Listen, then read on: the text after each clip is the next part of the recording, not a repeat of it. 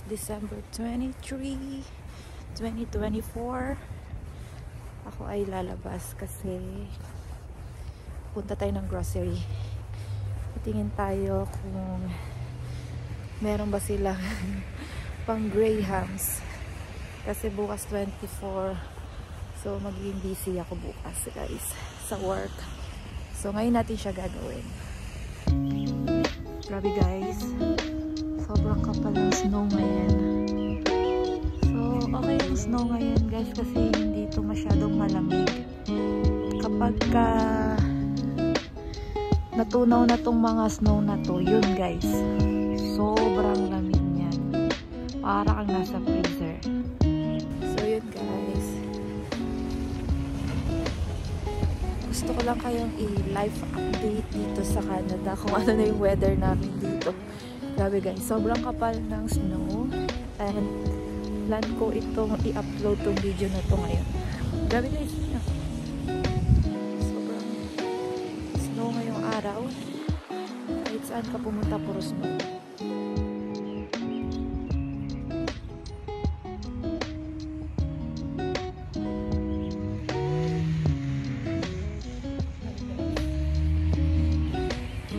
Sobrang lamig ngayon guys.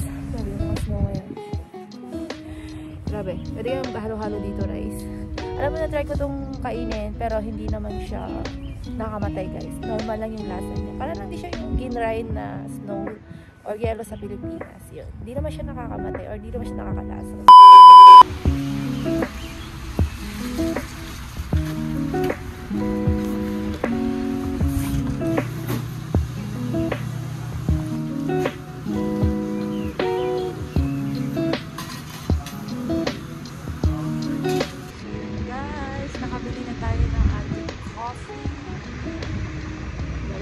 Balik-balik tayo ngayong araw. Tapos sobrang lang. Ito nga palang jacket na suot ko guys is from DKNY and it's good for negative 18 na weather kaya hindi ako masyadong nilalamig. Kasi for negative 18 siya guys. So yun nga guys, andito na tayo sa Chinese store. Grabe guys, struggle is real talaga tong snow. Kung saan ka pupunta, hindi na ako naglakad, nagpas na ako papunta dito sa Chinese store. Kasi na hindi na kaya kung lalakad kasi sobrang lamig. Hanapin na natin yung mga dapat nating hanapin. Dahil tayo ay nandito na. A few moments later.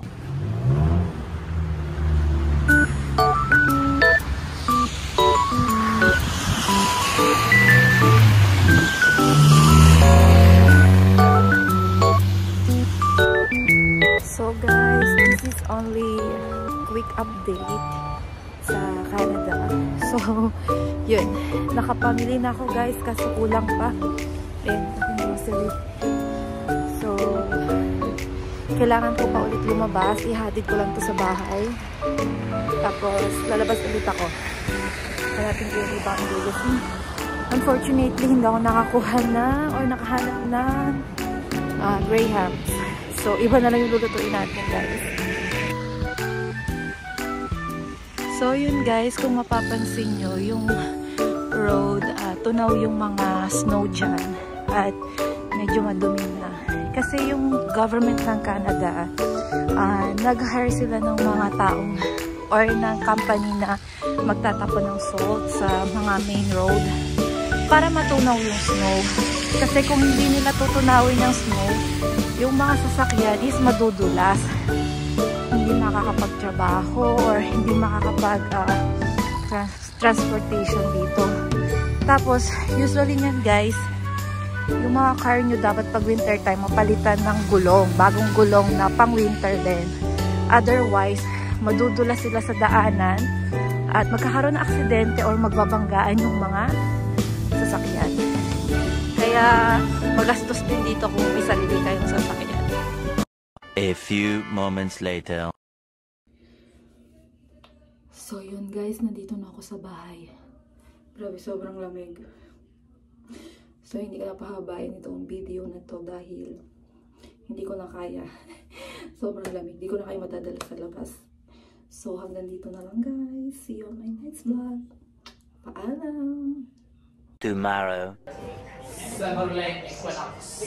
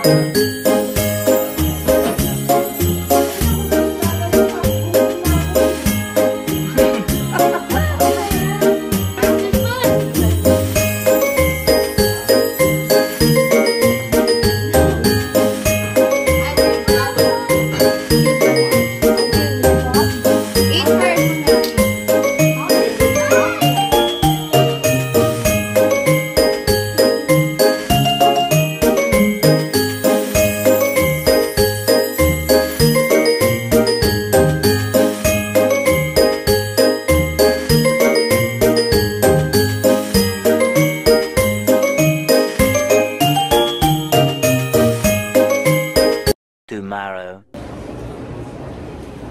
Hi guys! Today is December 25, 2024. Mag-isa lang ako kasi yung family ko pumunta ng Niagara Falls.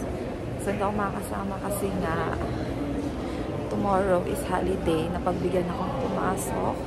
At ayoko naman ipagliban na dahil nga kapag holiday is double pay dito. So yun. So ngayon mag-isa lang ako kasi maaga pa lang kanina. Umalis na sila.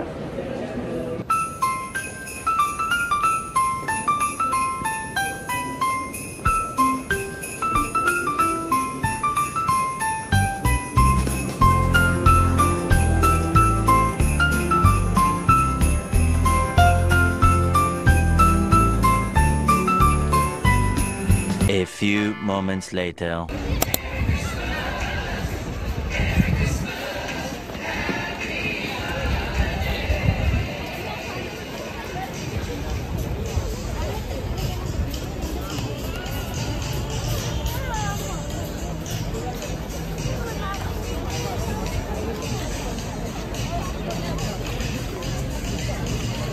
Hello guys, medyo malas tayo ngayong araw na to kasi close yung mall at yung mga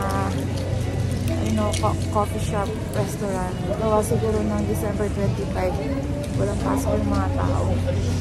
So ang hirap nito guys, hindi tayo makagala. So yun nga guys, dito na lang siguro tayo mag-stay or uwi na siguro tayo.